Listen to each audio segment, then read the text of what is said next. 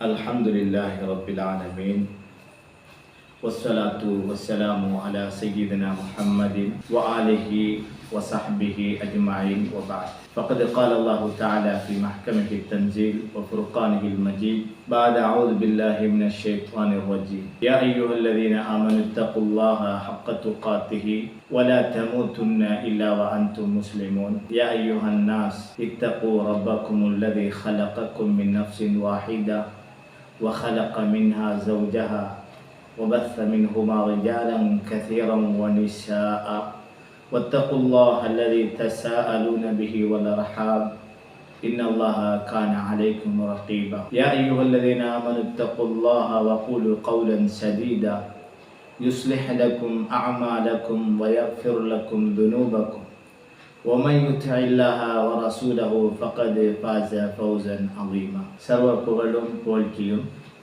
சர்வலோகங்களையும் படைத்து ஆட்சி செய்து கொண்டிருக்கின்ற வல்லநாயகன் அல்லாஹ் ஒருவனுக்கே சொந்தமானது. சாந்தியும் சலவாத்தும் எம்பெருமான ரசூலுல்லாஹி ஸல்லல்லாஹு அலைஹி வஸல்லம் அன்னவர்கள் மீதிலும் அன்னவர்களுடைய குடும்பத்தினர்கள், தோழர்கள், தொடர்ந்தவர்கள், மூமீன்கள், முஸ்லீம்கள் அனைவர்கள் மீதிலும் என்றென்றும் குறித்தாகட்டும் என வேண்டியதன். அன்புக்குரிய சகோதரர்களே, சகோதரிகளே, தாய்மார்களே, புனிதமான ரமலானுடைய மாதத்திலே நாளும் ஒரு சஹாபியை அறிவோம் என்ற தொனிப்பொருளில் உங்கள் மத்தியில் ஒவ்வொரு சஹாபாக்களை பற்றியும் பல உலமாக்களால் உரைகள் நிகழ்த்தப்பட்டு இந்த ஃபேஸ்புக் தளத்தினூடாக நீங்கள் பார்வையிட்டுக் கொண்டிருக்கின்றீர்கள். இந்த வரிசையிலே இன்று உங்களோடு நான் ஒரு மிகப்பெரிய ஒரு சஹாபி சாத் இப்னு முஆத் என்று சொல்லப்படுகிற ஒரு சஹாபியை பற்றி பார்ப்பதற்குத்தான் நான் உங்களுக்கு மத்தியில் முன் வந்திருக்கின்றேன்.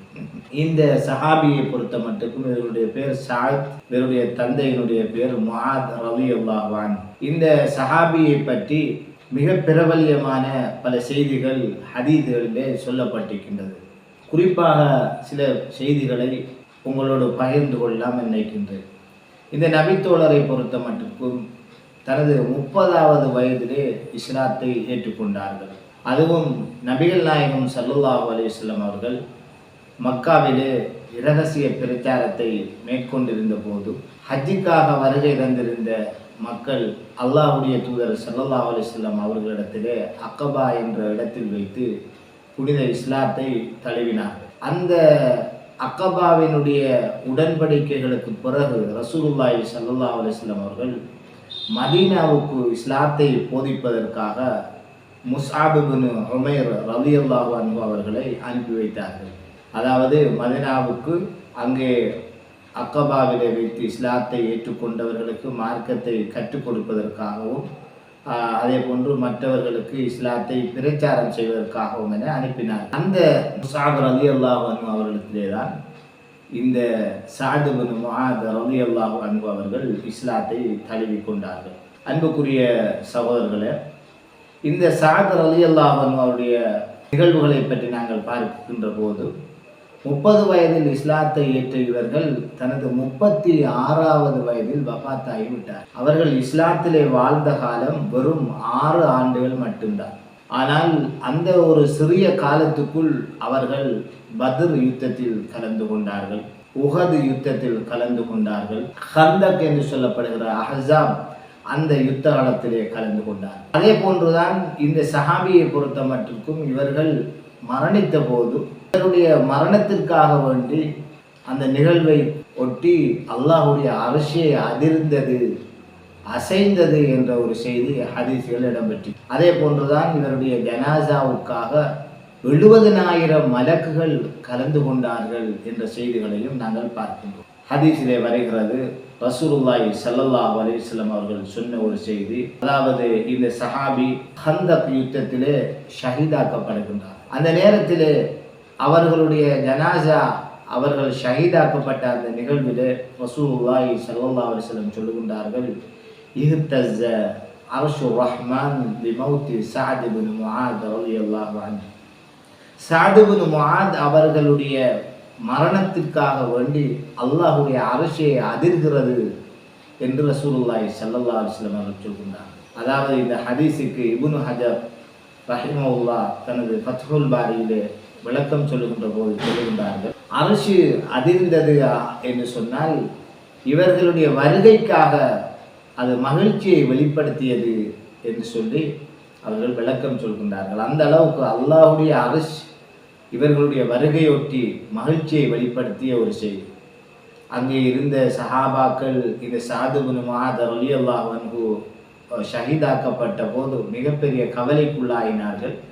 அந்த நேரத்திலே மிகப்பெரிய ஒரு அற்புதம், அல்லாஹ்வுடைய அர்ஷ் அதற்காக அசைந்து தனது வரவேற்பை, தனது மகிழ்ச்சி ஆரவாரத்தை வெளிப்படுத்தியது என்ற விடயத்தை தான் அந்த மேலே சொன்ன ஹதீஸிலே நாங்கள் பார்க்கின்றோம். அந்த அளவுக்கு அல்லாஹ்வுடைய அர்ஷே அதிர்ந்து அசைந்து அவரை வரவேற்கிற, அவருடைய ரூஹை வரவேற்கிற அளவுக்கு பேசப்பட்ட ஒரு நபித்தோழர் என்றால் இந்த சஅத் இப்னு முஆத் ரலியல்லாஹு அன்ஹு அவர்கள். ஒரு சந்தர்ப்பத்தில் நபிகள் நாயகம் ஸல்லல்லாஹு அலைஹி வஸல்லம் அவர்களுக்கு ஒரு நபித்தோழரால் ஒரு ஜுப்பா ஒன்று கொண்டு வந்து கொடுக்கப்படுகின்றது. சுந்துஸ் என்று சொல்லப்படுகின்ற அந்த துணியை கொண்டுள்ள அந்த ஆடையால் செய்யப்பட்ட அப்படியான ஒரு மேலங்கி ஒன்று ரசூலுல்லாஹி ஸல்லல்லாஹு அலைஹி வஸல்லம் அவர்களுக்கு கொடுக்கப்படுகின்றது. அல்லாஹ்வுடைய தூதர் பட்டு ஆடை அணிவதில்லை, ஆனால் சுந்துஸ் என்ற ஒரு மென்மையான சொட்டான ஒரு துணி, இதனால் செய்யப்பட்ட ஒரு மேலங்கி கொடுக்கப்பட்ட போது ரசூலுல்லாஹி ஸல்லல்லாஹு அலைஹி வஸல்லம் அவர்கள் அதனை உள்ளே சென்று அணிந்து கொண்டு சஹாபாக்களுக்கு மத்தியிலே வருகிறார்கள். அப்போது சஹாபாக்களுக்கு அது ஆச்சரியமாக இருந்தது. சில சஹாபாக்கள் தொட்டு தொட்டு பார்த்து அதனுடைய மென்மையை கண்டு ஆச்சரியப்பட்டார்கள். இதை பார்த்த ரசூலுல்லாஹி ஸல்லல்லாஹு அலைஹி வஸல்லம் சொன்னார்கள், வல்லதி நஃப்சு முஹம்மதின் பியதிஹி, முஹம்மது ஆகிய என்னுடைய உயிர் எந்த அல்லாஹ்வின் கையில் இருக்கிறதோ அவன் மீது ஆணையாக சொல்கின்றேன், லமனாதிலு சஅத் இப்னு முஆத் ஃபில் ஜன்னah அஹ்ஸனு மின் ஹாதா. நீங்கள் இந்த ஒரு ஆடையை பார்த்து, இதனுடைய மென்மையை பார்த்து ஆச்சரியப்படுகிறீர்கள், வியப்படைகின்றீர்கள். ஆனால் சஅத் இப்னு முஆத் அவர்களுக்கு சுவர்க்கத்திலே வழங்கப்படுகின்ற ஒரு கைக்குட்டை இருக்கிறதே, அது இதையெல்லாம் விட சிறந்தது, அந்தஸ்தால் கூடியது என்று ரசூலுல்லாஹி ஸல்லல்லாஹு அலைஹி வஸல்லம் அவர்கள் சொல்கின்றார். ஒரு மேலங்கியை பார்த்து சஹாபாக்கள் ஆச்சரியப்பட்டார், ஜுப்பாவை பார்த்து. ரசூலுல்லாஹ் சொன்னாங்க, சஅத் இப்னு முஆத் அவர்களுக்கு அல்லாஹ் சுவர்க்கத்திலே கொடுக்கிற ஒரு கைக்குட்டை, சிறிய ஒரு கைக்குட்டை, அது இதையெல்லாம் விட அந்தஸ்தில் கூடியது, மிக அழகாக இருக்கும், பெருமதியாக இருக்கும் என்று ரசூலுல்லாஹி ஸல்லல்லாஹு அலைஹி வஸல்லம் சொன்னார். அந்த அளவுக்கு அல்லாஹ்வுடைய அர்ஷ் இவருடைய வருகைக்காக அதிர்ந்தது, ஆரவாரத்தை வெளிப்படுத்தியது, மகிழ்ச்சியை வெளிப்படுத்தியது, இவரை வரவேற்க ஆரம்பித்தது என்ற ஒரு செய்தி. அதே போன்று அவருக்கு கொடுக்கப்படுகிற கைக்குட்டை, அதனுடைய அந்தஸ்தை பற்றி ரசூலுல்லாஹ் சொல்கின்றார்கள். அடுத்த ஒரு சிறப்பு என்னவென்றால், ரசூலுல்லாஹி ஸல்லல்லாஹு அலைஹி வஸல்லம் கபருடைய வேதனையை பற்றி ஒரு சந்தர்ப்பத்திலே சஹாபாக்களுக்கு மத்தியில் சொன்னார்கள். கபருடைய வேதனை என்பது உறுதியானது, நிச்சயமானது. அந்த வேதனையின்றி யாரும் தப்பவே முடியாது. லவ் நஜா அஹதும் மின் லம்மத்தில் கப்ரி லநஜா சஅத் இப்னு முஆத். ரசூலுல்லாஹ் சொன்னாங்க ஸல்லல்லாஹு அலைஹி வஸல்லம், இந்த கபருடைய வேதனையிலிருந்து, கபர் நெருக்குவதிலிருந்து யாரும் தப்ப முடியாது.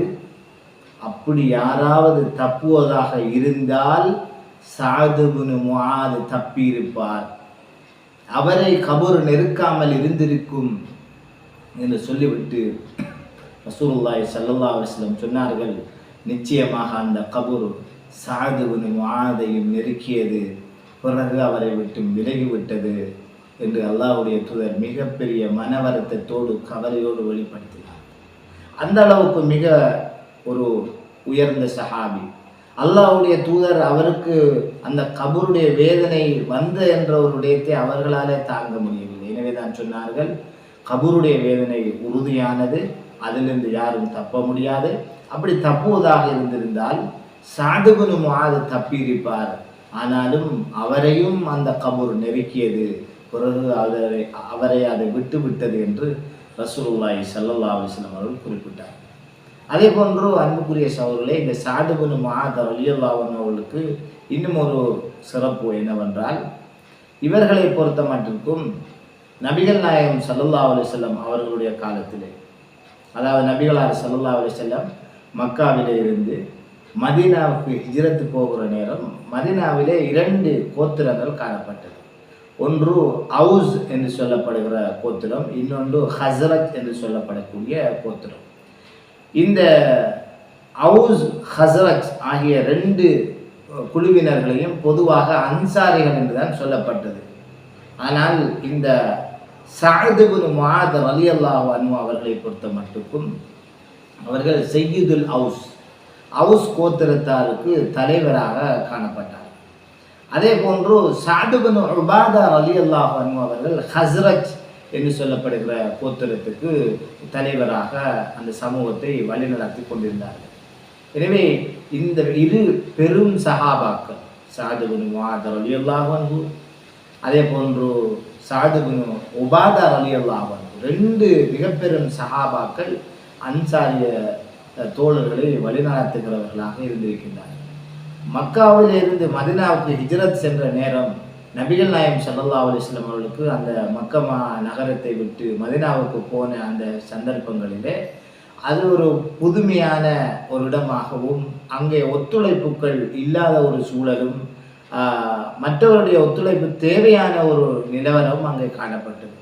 இந்த நேரத்தில் மிக பக்கபலமாக இருந்தவர்கள் தான் அன்சாரிய சஹாபாக்கள். அன்சாரிய சஹாபாக்களிலும் விசேடமாக இந்த அவுஸ் மற்றும் ஹஸ்ரஜ் ஆகிய 2 கோத்திரத்தார். அதிலும் விசேடம் இந்த சஅத் இப்னு முஆத் ரலியல்லாஹு அன்ஹு, சஅத் இப்னு உபாதா ரலியல்லாஹு அன்ஹு ஆகிய 2 சஹாபாக்களும். அன்புக்குரிய சகோதரர்களே, இந்த சஅத் இப்னு முஆத் ரலியல்லாஹு அன்ஹு அவர்களை பற்றி வரக்கூடிய செய்திகளில் இன்னும் ஒரு செய்தி. அதாவது ஏன் இந்த அளவுக்கு நபிகள் நாயகம் ஸல்லல்லாஹு அலைஹி வஸல்லம் இவரை புகழ்ந்து சொன்னார்கள்? என்ன காரணம்? வெறும் ஒரு 6 ஆண்டுகள் தான் இஸ்லாத்திலே இருந்து வஃபாத்தானார்கள். அப்படிப்பட்ட ஒரு குறுகிய காலம் வாழ்ந்த ஒரு சஹாபியை ரசூலுல்லாஹ் இந்த அளவுக்கு சிறப்பித்து சொல்வதற்கு என்ன காரணம் என்றால், பல காரணங்கள் இருக்கின்றன. ஒன்று, நபிகள் நாயகம் ஸல்லல்லாஹு அலைஹி வஸல்லம் அவர்கள் மதீனாவுக்கு சென்ற நேரத்திலே அங்கே தன்னுடைய ஊர் வாசிகள் அல்லாத வெளியூர் ஆட்களை அவர்கள் அல்லது வெளியூர் தோழர்களை நெறிப்படுத்த வேண்டிய ஒரு மிகப்பெரிய பொறுப்பு இருந்தது. அந்த பொறுப்பை அல்லாஹ்வுடைய தூதருக்கு இலகுபடுத்துகிற அந்த ஊர் தலைவர்களாக, உள்ளூர் தலைவராக, இந்த தலைவர்களாக இந்த சஅத் இப்னு முஆத் ரலியல்லாஹு அன்ஹு, அதே போன்று சஅத் இப்னு உபாதா ரலியல்லாஹு அன்ஹு ஆகிய 2 சஹாபாக்களும் இருந்திருக்கிறார்கள். அந்த அடிப்படையில் தான் அன்பான சகோதரர்களே, நபிகள் நாயகம் ஸல்லல்லாஹு அலைஹி வஸல்லம் அவர்கள் மதீனாவுக்கு வந்ததும் அங்கே ஒரு யுத்தம் ஒன்று செய்ய வேண்டிய ஒரு நிலைக்கு தள்ளப்படுகின்றார்கள். பத்ர் யுத்தம். இந்த பத்ர் யுத்தத்தை நபிகளார் ஸல்லல்லாஹு அலைஹி வஸல்லம் அவர்கள் செய்வதற்கு முன்பதாக சஹாபாக்களிடத்திலே ஆலோசனை கேட்டார்கள். இந்த பத்ர் யுத்தம் செய்வது பற்றி உங்களுடைய கருத்துக்களை சொல்லுங்கள். அப்போது முஹாஜிரின்களாக இருந்த மக்காவாசிகள் நபிகளார் ஸல்லல்லாஹு அலைஹி வஸல்லம் அவர்களிடத்திலே ஆலோசனை சொன்னார்கள். யா ரசூலுல்லாஹ், நாங்கள் உங்களுக்கு பக்கபலமாக இருப்போம், உதவியாக இருப்போம் என்றெல்லாம் அல்லாஹ்வுடைய தூதர் ஸல்லல்லாஹு அலைஹி வஸல்லம் அவர்களுக்கு முஹாஜிரின்கள், மக்காவிலிருந்து மதீனாவை நோக்கி வந்தவர்கள் ஆலோசனை சொல்லிக் கொண்டிருந்தார். ஆனால் ரசூலுல்லாஹி ஸல்லல்லாஹு அலைஹி வஸல்லம் திரும்ப திரும்ப ஆலோசனையை கேட்டுக்கொண்டே இருந்தார். இந்த நேரத்திலே அங்கே சபையிலே இருந்த அன்சாரிகளுக்கு விளங்கிவிட்டது, நபிகளார் ஸல்லல்லாஹு அலைஹி வஸல்லம் எங்களிடத்திலே தான் ஆலோசனை கேட்கின்றார்கள். உடனே சஅத் இப்னு முஆத் ரலியல்லாஹு அன்ஹு எழுந்து நிற்கின்றார்கள்.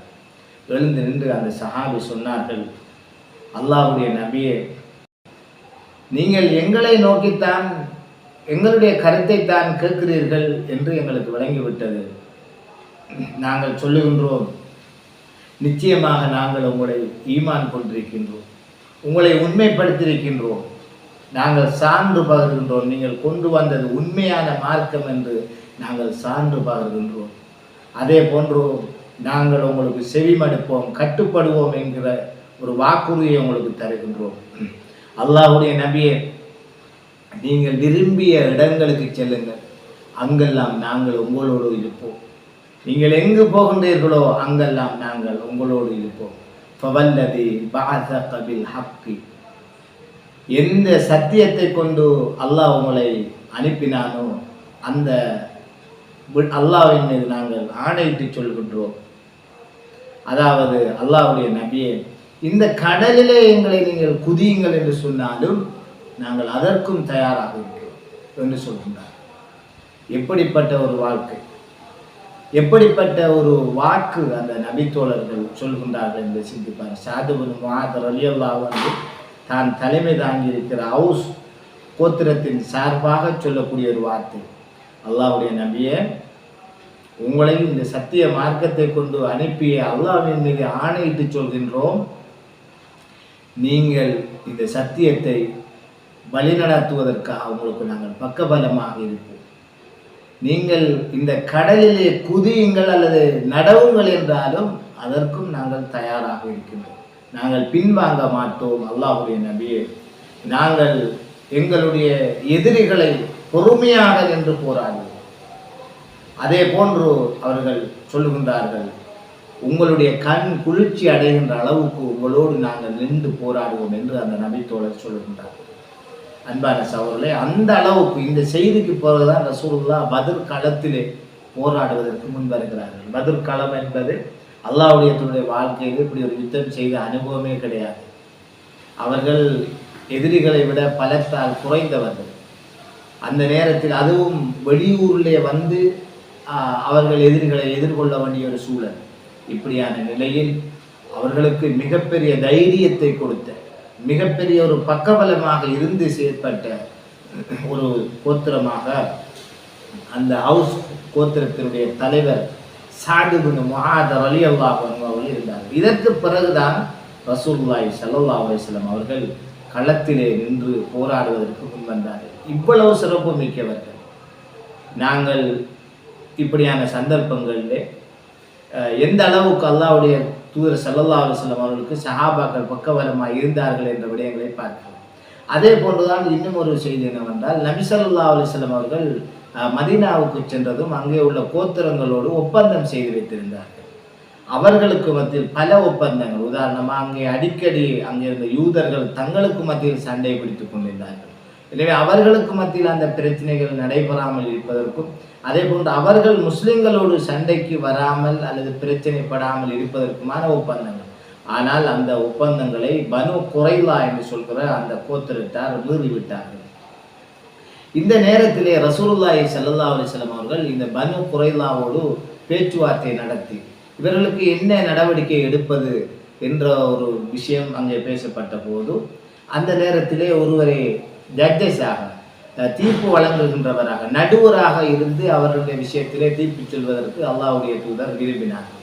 அந்த நேரத்திலே அந்த பனு குறைலாக்களே சொன்னார்கள், ஸஅத் இப்னு முஆத் அவர்கள் எங்களுக்கு வந்து தலைமை தாங்க, அதாவது நீதி செலுத்துகிறவராக வர வேண்டும் என்று சொன்னபோது ரசூலுல்லாஹி ஸல்லல்லாஹு அலைஹி வஸல்லம் அவர்கள் அந்த நபித்தோழரை வரவழைக்கின்றார்கள். அன்பான சகோதரர்களே, இந்த பனு குறைலா கோத்திரத்தாருக்கு நீதி சொல்கின்ற நிலையிலே இந்த ஸஅத் இப்னு முஆத் அழைத்து வரப்படுகின்றார். இவர் மிகப்பெரிய காயங்களுக்கு உள்வாங்கப்பட்டு மிக கஷ்டப்பட்டிருந்த ஒரு சூழ்நிலையில் தான் அவர் அழைத்து வரப்பட்டார் என்ற செய்திகளை நாங்கள் பார்க்கின்றோம். அவரை கண்டதும் ரசூலுல்லாஹி ஸல்லல்லாஹு அலைஹி வஸல்லம் அவர்கள் அந்த மக்களை நோக்கி சொன்னார்கள், கூமு இதா சய்யிதிக்கும் அவ் இதா ஹைரிக்கும், உங்களுடைய தலைவர் அல்லது உங்களில் சிறந்தவருக்காக நீங்கள் எழுந்து அவரை வரவேறுங்கள் என்று ரசூலுல்லாஹி ஸல்லல்லாஹு அலைஹி வஸல்லம் அவர்கள் கூறினார். ஒரு மனிதனுக்காக எழுந்து நின்று மரியாதை செய்ய வேண்டும் என்ற நோக்கத்தோடு அல்லது வணங்குற என்ற நோக்கத்தோடு எழும்புவது என்பது ஷிர்கான காரியம். ஆனால் இது ஒரு தலைவரை வரவேற்பதற்காக போய் எழுந்து நின்று அவரை அழைத்து வாருங்கள் என்ற அடிப்படையிலே ரசூலுல்லாஹி ஸல்லல்லாஹு அலைஹி வஸல்லம் அவர்கள் அந்த நபித்தோழரை அழைத்து வருமாறு கூடிய போது அவர் காயப்பட்டவராக இருந்த காரணத்தினால் சென்று அவரை அழைத்து வந்து அவரை நபிகளாருக்கு பக்கத்திலே உட்கார வைத்தார்கள் என்ற செய்திகளை எல்லாம் நாங்கள் பார்க்கின்றோம். இப்படி ஒரு சிறப்புமிக்க ஒரு சஹாபி தான் இந்த சாது பின் முஆத் ரலியல்லாஹு அன்ஹு. எனவே அன்புக்குரிய சகோதரர்களே, இந்த சஹாபியினுடைய வாழ்க்கை பல படிப்பினைகளை நமக்கு தருகின்றது. ஒன்று, மிக குறுகிய காலம் 6 ஆண்டுகள் தான் அவர் இஸ்லாத்திலே வாழ்ந்தார். ஆனால் அவருடைய அந்த அவ்வளவு குறுகிய காலமும் நமக்கு ஒரு பெரிய ஒரு முன்மாதிரி. ஷஹீதாக அவர்கள் மரணிக்கின்றார்கள்.